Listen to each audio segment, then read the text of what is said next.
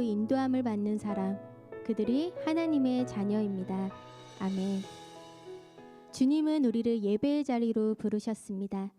주님의 부르심에 응답하는 목소리로 함께 찬양합시다.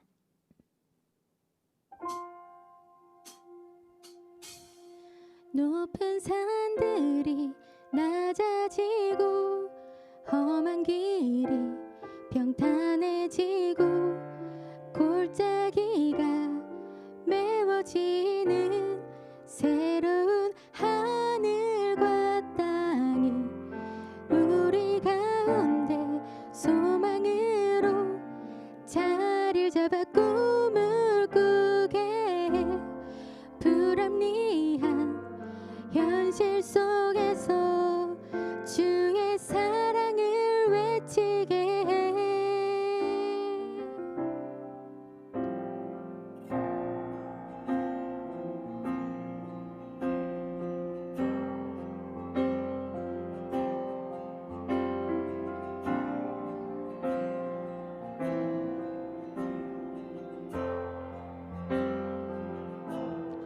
높은 산들이 낮아지고 험한 길이 평탄해지고 골짜기가 메워지듯 새로운 하늘과 땅이 우리 가운데 소망으로 자리를 잡아 꿈을 꾸게 해. 불합리한 현실 속에서 주의 사랑을 외치게 해. 주의 나라 주의 뜻이 이 땅 가운데 이루어지리. 우리를 통해 주가 일하시네. 주의 나라 주의 뜻이 이 땅 가운데 이루어지리. 우리를 통해 주가 일하시네. 높은 산들이 낮아지고 험한 길이 평탄해지고 골짜기가 메워지는 새로운 하늘과 땅이 우리 가운데 소망으로 자리를 잡아 꿈을 꾸게 해.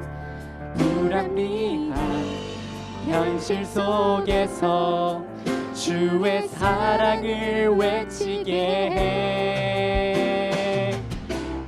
주의 나라 주의 뜻이 이 땅 가운데 이루어지리.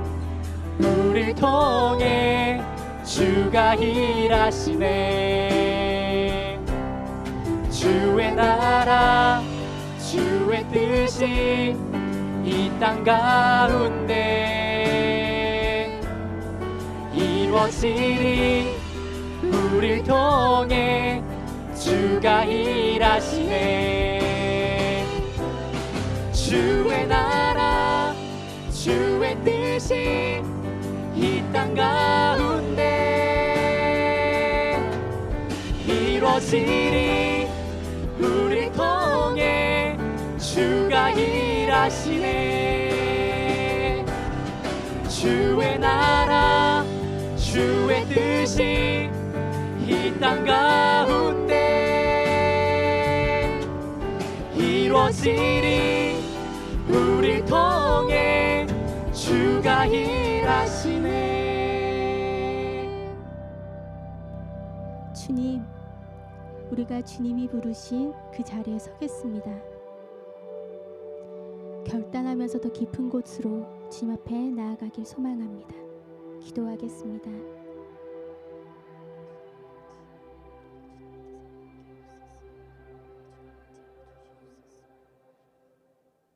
우리의 신앙을 고백합시다.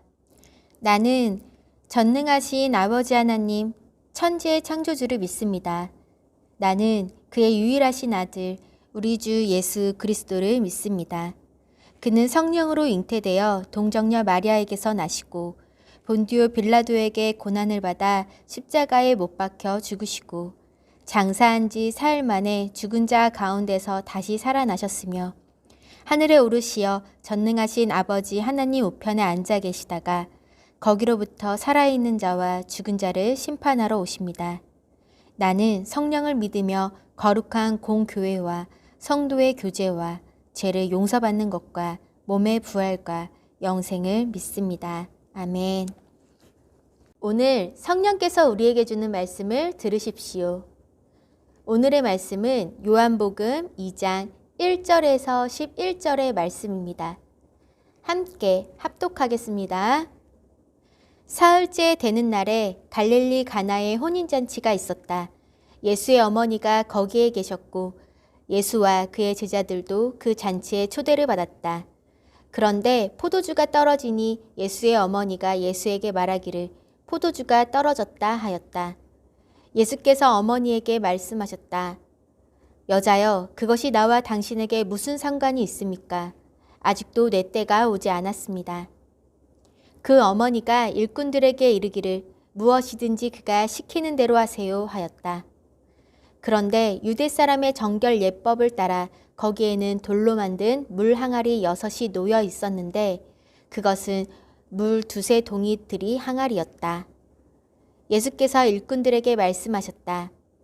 이 항아리에 물을 채워라. 그래서 그들은 항아리마다 물을 가득 채웠다. 예수께서 그들에게 말씀하시기를 이제는 떠서 잔치를 맡은 이에게 가져다 주어라 하시니 그들이 그대로 하였다. 잔치를 맡은 이는 포도주로 변한 물을 맛보고 그것이 어디에서 났는지 알지 못하였으나 물을 떠온 일꾼들은 알았다.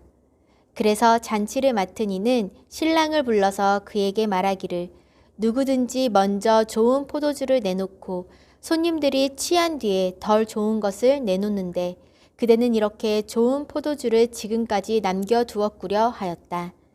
예수께서 이 첫 번 표징을 갈릴리 가나에서 행하여 자기의 영광을 드러내시니 그의 제자들이 그를 믿게 되었다. 이는 주님의 말씀입니다. 주님께 감사드립니다. 참 좋으신 우리 주님의 은혜와 평강이 모든 고등부 친구분들과 함께 하시기를 간절히 축복합니다. 오늘 본문의 말씀은 가나안 혼인잔치 말씀입니다. 예수님께서 물을 포도주로 바꾸신 이 사건, 여러분들도 한 번쯤은 들어보셨으리라 예상됩니다.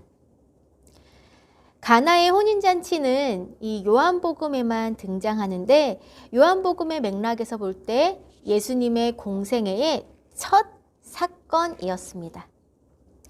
요한복음에서는 특이하게 기적사건이라는 단어를 사용하지 않고 표징이라는 단어를 사용합니다. 그 이유는 기적사건에 관심을 두지 말고 기적을 행하신 기적을 행한 예수님이 누구인지를 주목하라라는 의미로 표징이라는 단어를 사용합니다. 오늘은 요한복음에 있는 7가지 표징 이야기 중에 그 첫 번째 이야기, 가나안 혼인잔치 이야기를 여러분들과 나누려고 합니다. 오늘 제가 여러분들과 이 첫 표징 이야기를 통해 나누려고 하는 메시지는 한 가지입니다. 예수님이 가나안 혼인잔치에서 보여주신 표징은 하나님 나라의 잔치와도 같다입니다. 오늘의 설교 중심 메시지 여러분들 좀 다 이해하셨죠? 그러면 이것을 기억하고 조금 더 세밀하게 말씀 속으로 들어가 보겠습니다. 갈릴리 가나에서 혼인잔치가 열렸습니다. 그런데 유대인들의 결혼 풍습은 우리나라와 다른 점이 좀 몇 가지들이 있는데요. 그 중에 가장 큰 것 하나를 이야기하라면 기간입니다. 우리나라의 결혼식은 단 하루도 아니죠. 단 몇 시간이면 끝나는데 유대인의 결혼 풍습은 이와 달랐습니다. 신랑과 신부가 하나가 됐다는 것을 공표하면 그때부터 7일 동안 결혼 잔치가 시작됩니다. 바로 오늘 우리가 읽은 본문과도 같은 상황인 거죠. 혼인잔치가 시작되면 혼인잔치를 연 이 주인은 마을의 모든 이들을 초대합니다. 그리고 그들에게 먹을 음식과 포도주를 베풉니다. 이때에는 부자도 가난한 사람들도 구분 없이 모두를 초대하는, 한마디로 정말 잔치 자리입니다. 그래서 특히 배를 곱는 이들에게는 이 혼인잔치가 너무나도 귀중했습니다. 왜냐하면 마음껏 먹고 마실 수 있는 유일한 기회였기 때문입니다. 그런데 이러한 혼인잔치에서 가장 필요한 것 무엇일까요? 두 가지를 이야기하라면 아마 음식과 포도주일 것입니다. 성대한 혼인잔치가 열리고 그 잔치에 예수님과 예수님의 어머니, 제자들도 참석하여 그 잔치를 즐기고 있었습니다.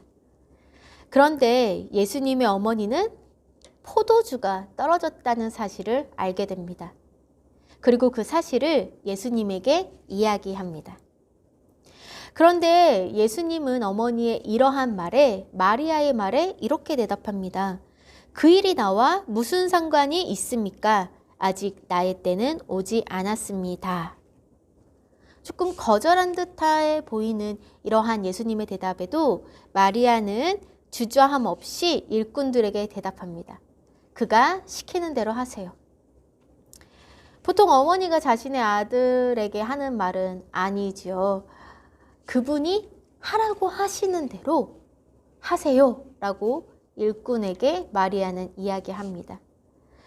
이것은 마리아가 이제는 예수님을 자신이 낳은 아들로 보지 않는다는 것을 의미합니다.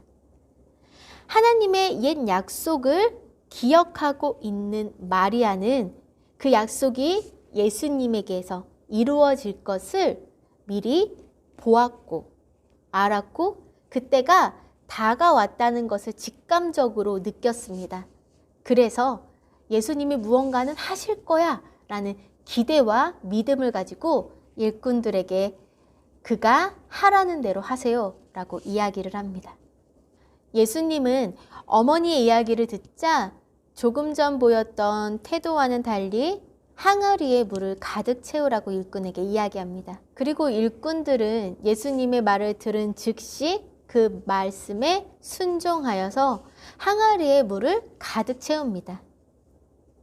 물을 가득 채우자 예수님께서는 그 돌 항아리에 든 물을 포도주로 바꿔주십니다.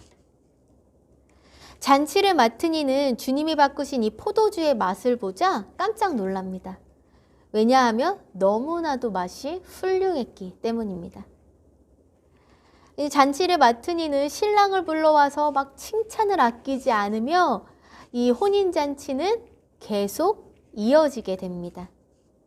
그리고 이 잔치 이야기의 마지막은 예수님은 자신의 영광을 드러내셨고 제자들은 예수님을 믿게 되었다라는 말로 혼인잔치 이야기를 마무리하고 있습니다. 예수님이 물을 포도주로 만드신 이 사건, 물이 포도주가 된다는 것은 우리에게 어떠한 의미가 있을까요?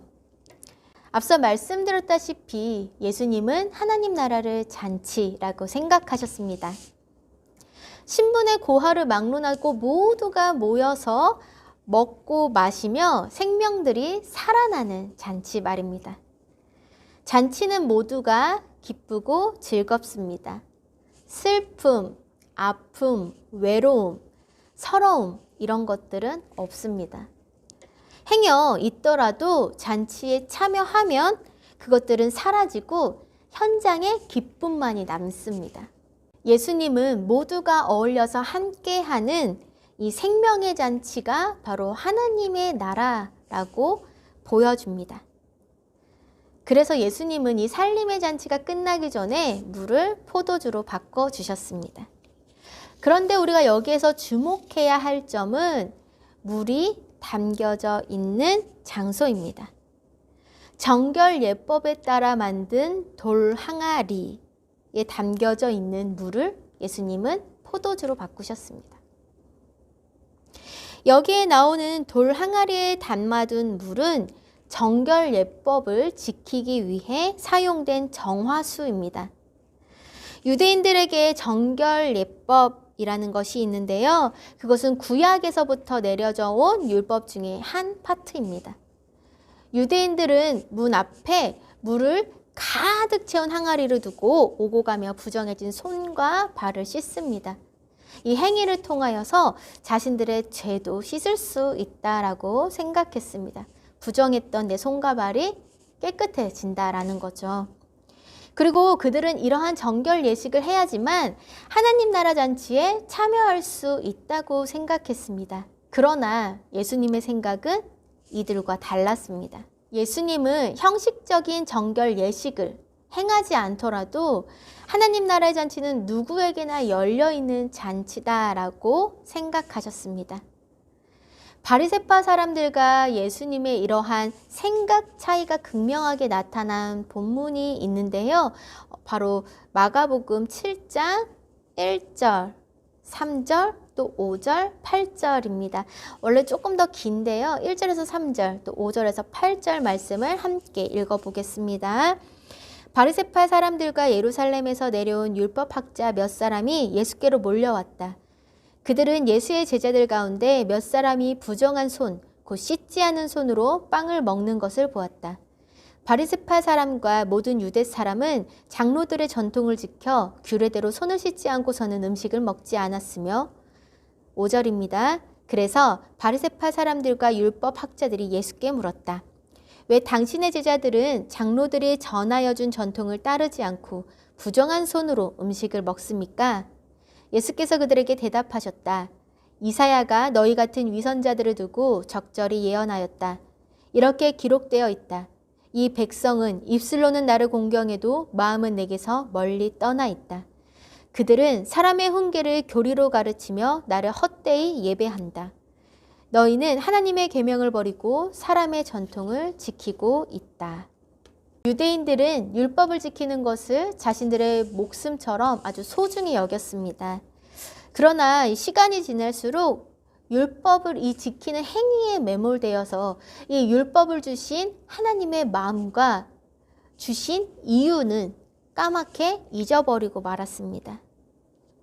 그리고 더 나아가 율법을 지키지 않는 자들을 정죄했고 율법 조항을 위반하면 부정한 자로 여기며 공동체에서 배제시키거나 소외시켰습니다.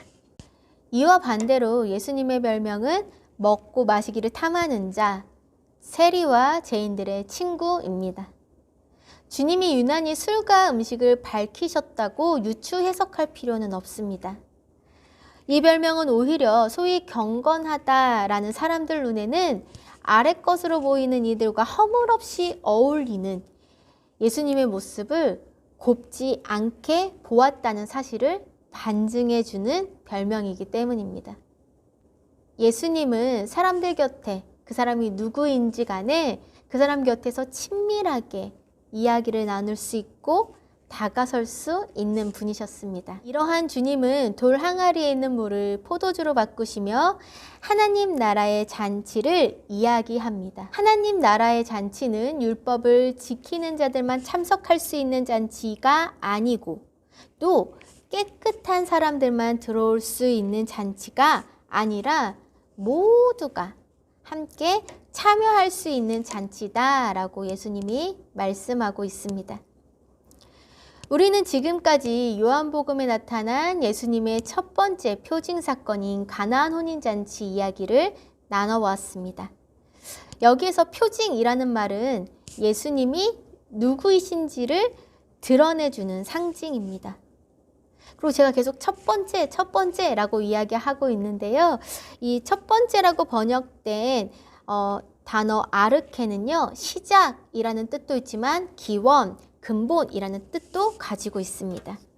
그래서 이 가나에서 예수님이 보여주신 첫 번째 표징 사건은 예수님이 누구이신지, 그분이 왜 이 세상에 오셨는지를 보여주는 기원으로서의 사건이라고 우리가 해석할 수 있습니다. 가나 혼인잔치 이야기를 한마디로 요약하자면 예수님이 계신 곳에서 삶은 축제가 된다라는 것입니다. 예수님이 가르치신 이 신앙은요, 우리를 죄의식에 사로잡히지 않도록 합니다. 또 해야 할 것과 하지 말아야 할 것들 앞에서 전전긍긍하게 만드는 신앙이 아닙니다. 오히려 이런 것들은 바리새인들이 요구한 신앙이지요. 처벌의 두려움이나 지옥의 형벌이 두려워서 오늘을 누리지 못하도록 하는 종교도 예수님이 말씀하신 종교, 예수님이 말씀하신 하나님의 나라의 뜻은 아닙니다. 오히려 예수님을 만난 사람들은 삶의 참맛을 깨닫게 되고 그들의 삶은 축제가 됩니다. 희망을 잃어버린 자들이 희망을 되찾았고 병든 자들이 병을 나음받았고 말 못하는 귀신 들린 자에게는 다시 언어를 되찾아 주셨습니다.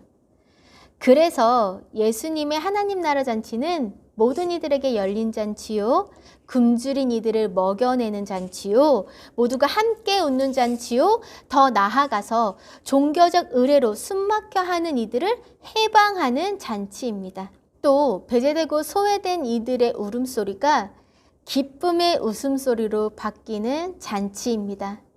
이것이 바로 예수님이 보여주신 하나님 나라 잔치입니다. 그리고 지금 우리 삶 가운데에서도 여전히 이러한 하나님 나라의 잔치는 계속되고 있습니다. 예수님은 지금 우리에게 하나님 나라 잔치인 이 현장에 오라고 초대하고 계십니다. 비록 이기심과 갈등, 외로움과 서러움이 가득한 시대를 우리는 살아가고 있지만 그 안에서 우리는 주님을 만나 다시 생명을 살리는 잔치, 모든 이가 어울리는 기쁨의 잔치를 살아갈 수 있습니다. 그 잔치에 참여하는 것은 모든 생명이 있는 존재들 안에 하나님의 형상을 발견하고 더불어 살아가는 사랑의 삶을 선택하는 길입니다. 사랑하는 고등부 여러분들, 우리 안에 있는 하나님의 형상을 깨워 하나님 나라 잔치에 동참하여 이 잔치의 기쁨을 매일 삶 속에서 맛보는 여러분들의 삶이 되기를 간절히 축복합니다. 이제 우리 함께 공동기도 하겠습니다. 하나님, 우리에게 복된 시간을 허락하여 주시고 하나님 앞에 진실된 마음으로 예배를 드리게 하시니 고맙습니다. 그러나 하나님, 우리는 이 세상에 사느라 지쳤습니다. 하나님의 형상을 잃어버렸고 마음은 황폐하게 변했습니다. 우리를 불쌍히 여겨주시고 우리의 삶 속에서 하나님 나라의 잔치를 맛보게 인도하여 주소서. 우리가 생명을 소중히 여기는 살림의 잔치에 초대받은 존재임을 잊지 않게 하시고 생명을 되살리는 일을 위해 협력하며 사는 하나님의 백성 되게 하여 주소서. 예수님의 이름으로 기도드립니다. 아멘. 이제는 예수 그리스도의 은혜와 하나님 아버지의 사랑과 성령님의 교통하심이 오늘 예배를 드리고 예수님이 초대하신 그 잔치자리에 나도 참여하겠노라 다짐하며 생명 살림의 잔치, 어울림의 잔치, 나눔의 잔치를 살아가겠노라 다짐하고 결단하는 모든 고등부 친구들과 그들의 삶 가운데에 또 예배를 드리며 결단하는 모든 이들 가운데에 지금부터 영원까지 함께 하시기를 간절히 축복하며 기도하옵나이다. 아멘.